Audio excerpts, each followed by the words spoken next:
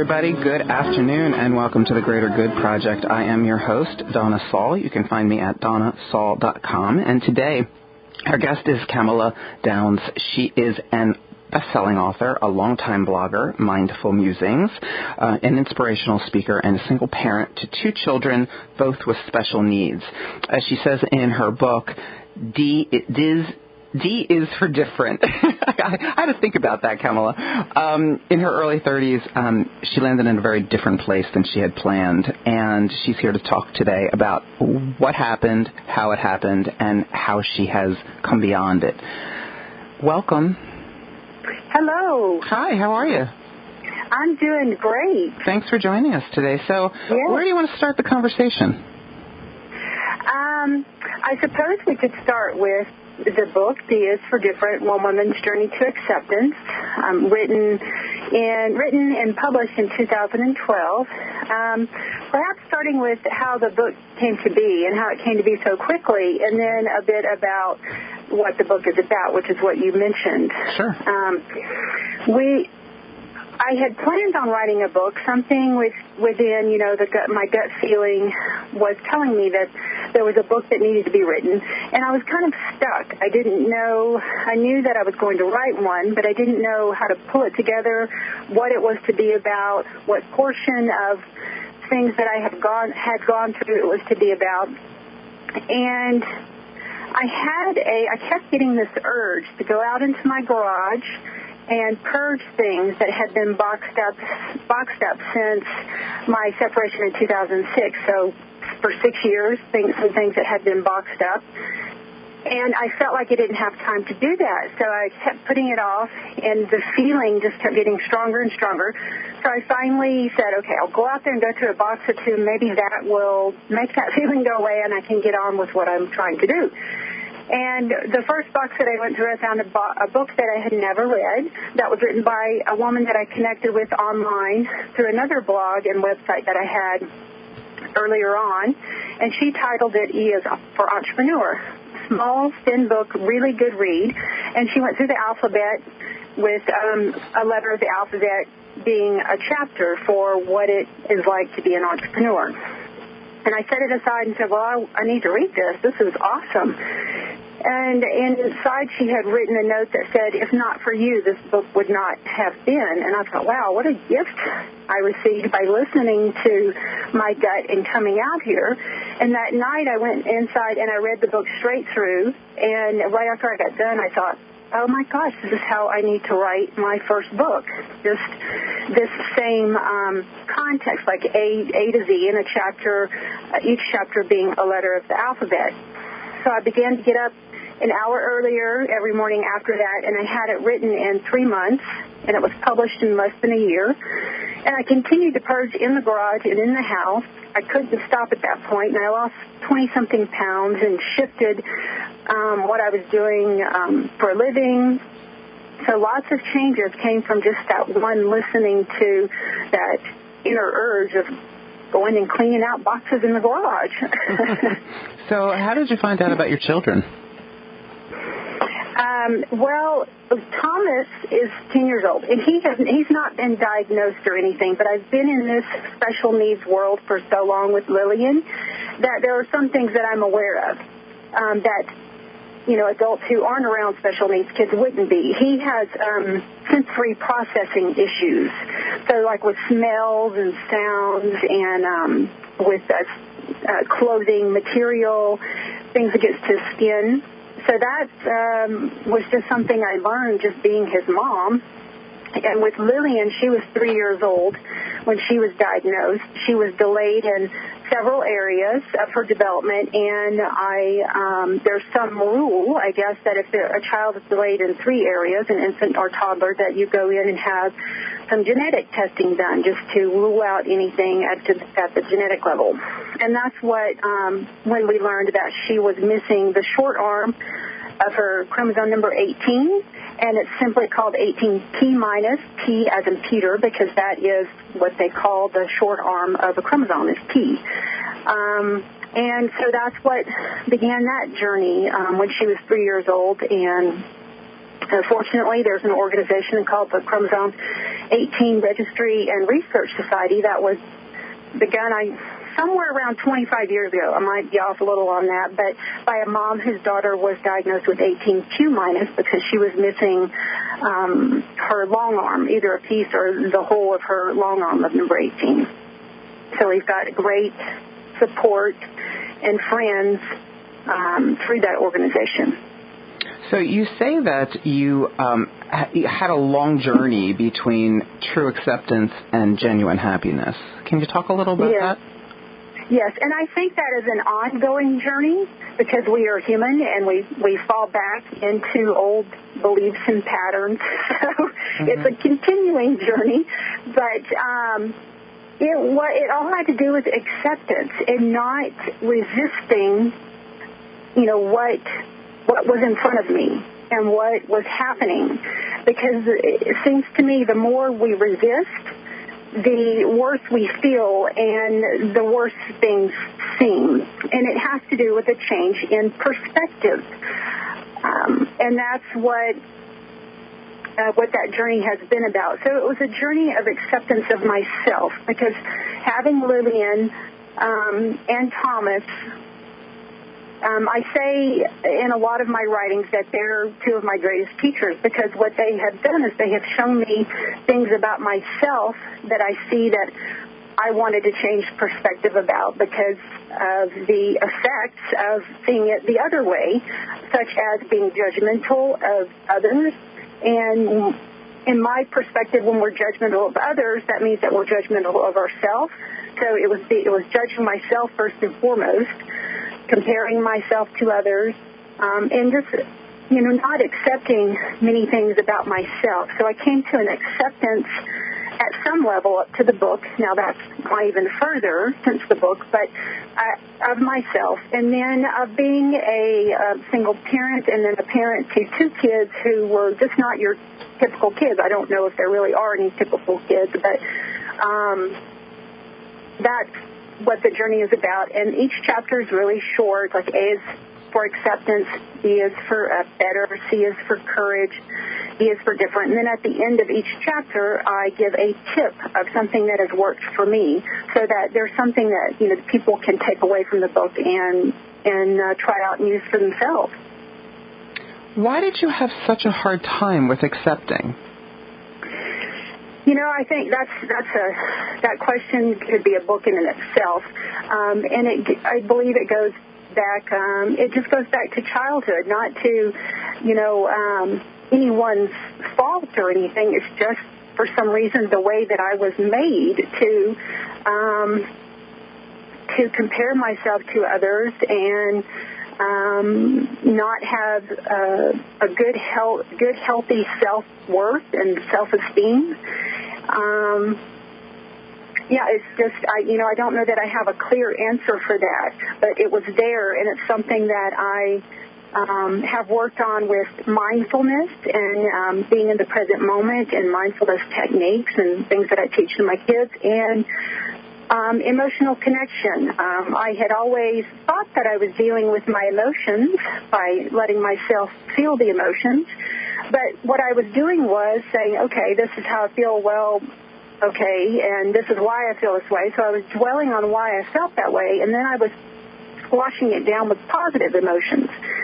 And I have since learned that, well, that's not the way for me to do it, because then it blows up even worse further on down the road. And what really was a turning point for me was when I learned how to connect with how that physically felt in my body when I was angry or sad or having anxiety, whatever it would be, to feel it physically and not analyze it, not focus on why it was there, and actually just I don't know how to describe it other than saying that something magical happens in that it lifts and it releases. So that's something I have learned since even writing the book. But the mindfulness, I was using that before writing the book. So wait, back up a little bit just so I understand. Mm-hmm. You said that what's the magic of it lifting and releasing? Is it the mindfulness? It's being mindful of that emotion and not pushing it away. It comes back to that resistance. It's not resisting the anger or the sadness. It's letting yourself feel it physically. It's uncomfortable to feel those feelings. I don't know anybody that's comfortable with feeling those feelings, so we push them away instinctively. But if we be with that emotion and feel it, like a tightness in our jaws or a tightness in our chest, or, and it can bounce around once you start letting yourself feel it, but it will release in that area where you're feeling it. And that sometimes won't happen in one time. If this is something negative, connected to something negative that has been with you for a long time, it could take several sessions, and perhaps something you need to do with a professional psychotherapist or a psychologist or something. But I have taught and done everything myself just through reading about all of these things. I see. And that's been, and back to your original question, it's just been something that has been there with me through childhood, just not seeing myself in the best light for whatever reason. So it's been coming around to seeing, myself as, a magnificent being, as we all are, and loving myself and knowing that there is a purpose that I'm here. So did you find that that got challenged when you had two children with special needs? Did I find that what got challenged? I missed that. I'm sorry. Did you find that your self-worth, your feelings of self-worth got challenged because of that? I think what it did was it brought it to the surface for me, because it was again going back to that acceptance of where I was, and that I had planned out in my mind a different scenario for my future.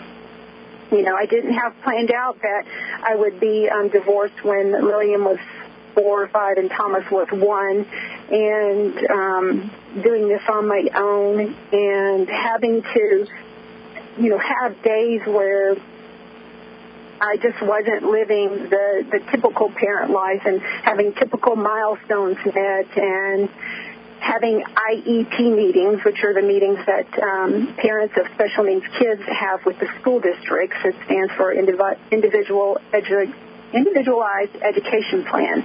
And so for many parents, those are a nightmare in and of themselves. So, it's just a completely different scenario, which is part of the title of the book, than what I had planned. And actually that's one of the chapters. Chapter E is for expectations and how we can cause our suffering for ourselves because of these expectations that we set. And sometimes that's just not how life, goes. It just happens different than we expected. And that was part of it. It just brought it to the surface. Camilla, we've got to take a break in here from our sponsors. We'll be right back. Okay.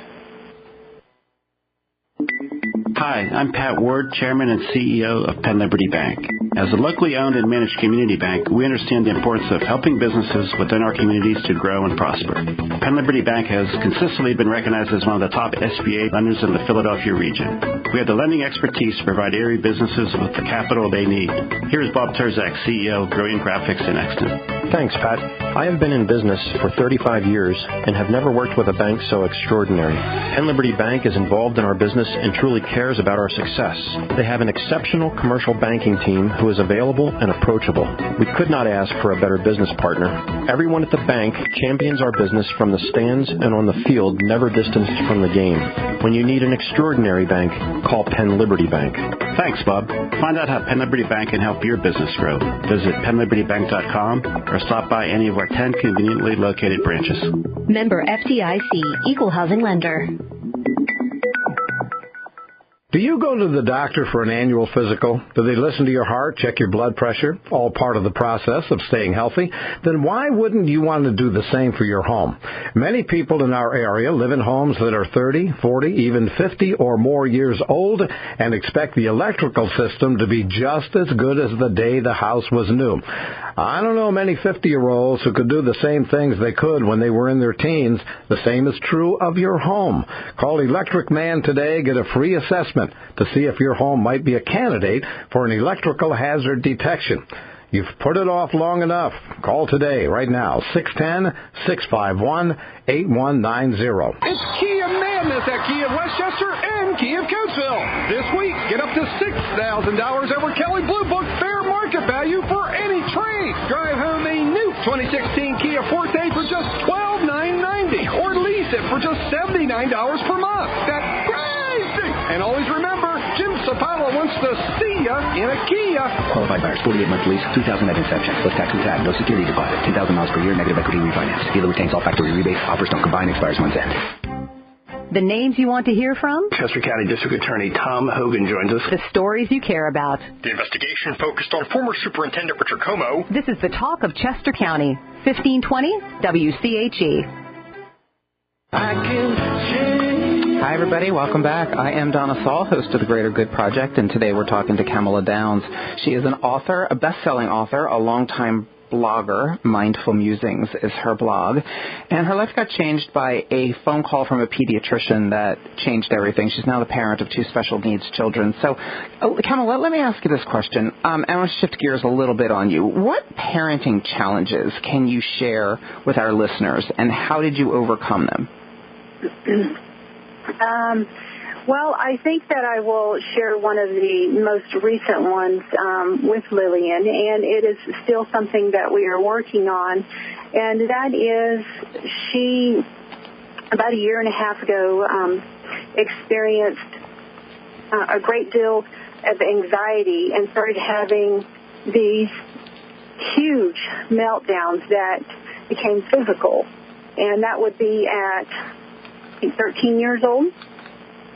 And to the point of she had so much anxiety, I couldn't get her to go to school. And I knew that it wasn't something that was just some defiance. There was something deeper there. Mm-hmm. So I went ahead and pulled her out and put her in homeschool status and let her continue schooling at home while we addressed this with her. And she goes to see a psychotherapist. In addition to, she also is still doing physical therapy, just having to do with things with her 18T minus. And she also gets craniosacral therapy. So I think one of the challenges is for us as parents to find the right therapies that are a right fit for our child and the avenue that we want to pursue with what they're going through. Now, that has been a huge challenge because, like I said, they get physical where she reaches out with scratching and pinching and et cetera, and I have to be in a place where I am not taking this personally.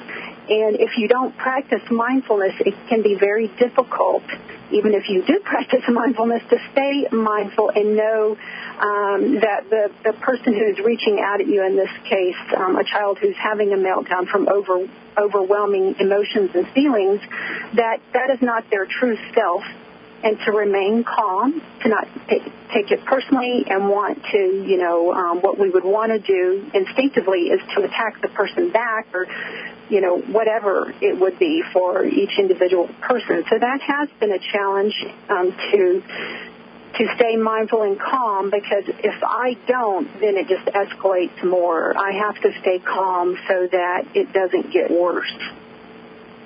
That's been a great challenge.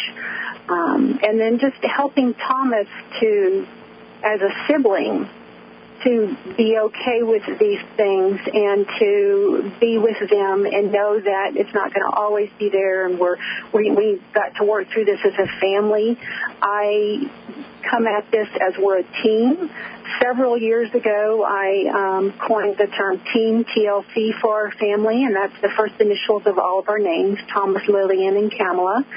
And so that has been something that we use to keep ourselves cohesive and to support one another. Now, that's not to say that there's not arguing between the two as siblings and there's, not getting along, but it's just trying whatever we can that is a fit with our heart, and that's what I run everything through. Does this feel right to me, to my intuition, to try this for our family? And I'll try some things that, nothing is coming to mind now, but, that I don't. I've gotten so in touch with it now, I know that that's not for us. And this will be the way for us to go. And it's a lot of listening to your gut as a parent with some of these challenges that we will go through. Do some of those things fly in the face of maybe some of the advice that you're getting from the so-called experts? I'm sure it does. I don't really consult with probably in the beginning it would have.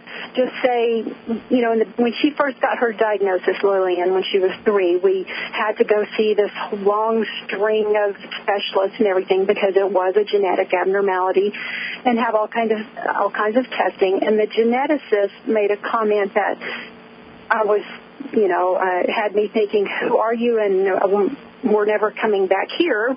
But that, future comments like she'll never do this and she'll never do that.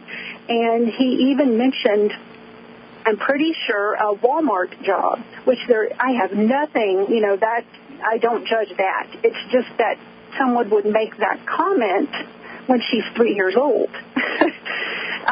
So that kind of put up a red flag for me to always not question what was being told to me, but to go within and listen to what my heart and my intuition said also. So there's been a couple of doctors I didn't go back to because of the feeling, how it felt in their presence, and some of the things they said. And I know that parents who have been on this journey as long as I have had similar experiences.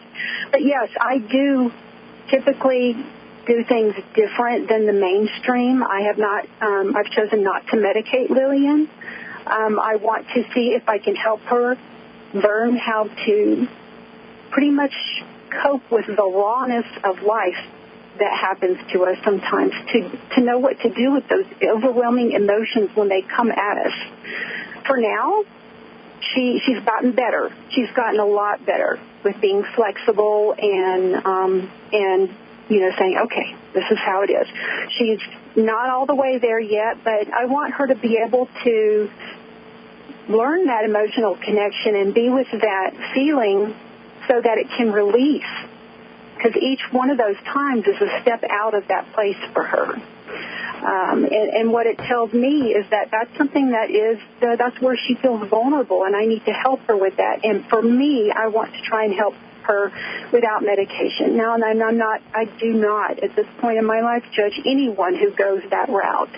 I have released, judgment from being within me, and that's not to say they don't still creep in because I'm human, but I am able to recognize, that was judgmental, in my own mind, and that's one of the blessings of Thomas and Lillian too, that they have they brought that to the surface for me and showed it to me how judgmental I was of others, how judgmental I was of single parents, of people with kids who I thought were misbehaving, but now that I know differently, that may not have been the case.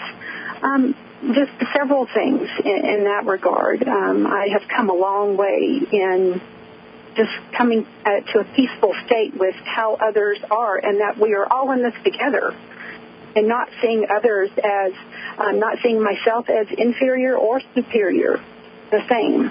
We're all, we're all the same under this skin. We're all the same bones, Yeah, that is definitely So that's something that, definitely that the two of them brought into my life was that. Well, this has been a really interesting conversation, and I appreciate you spending the time. I mean, I'm not a parent, so it's always interested to hear parents talk about parenting, and I would imagine that parenting special needs children is even more of a responsibility than the usual kind of parenting. If people want to learn more about you, Camilla, where would they go? My website, which is my name, and that's spelled Camilla, and the last name Downs, DOWNS, so CamillaDowns.com. And there is, if you're interested in anything I've had to say or mindfulness, you can sign up to receive my blog post. I do about one a week, and there's a sign-up box on the right-hand side of the website. It just says sign up to receive blog post to your email.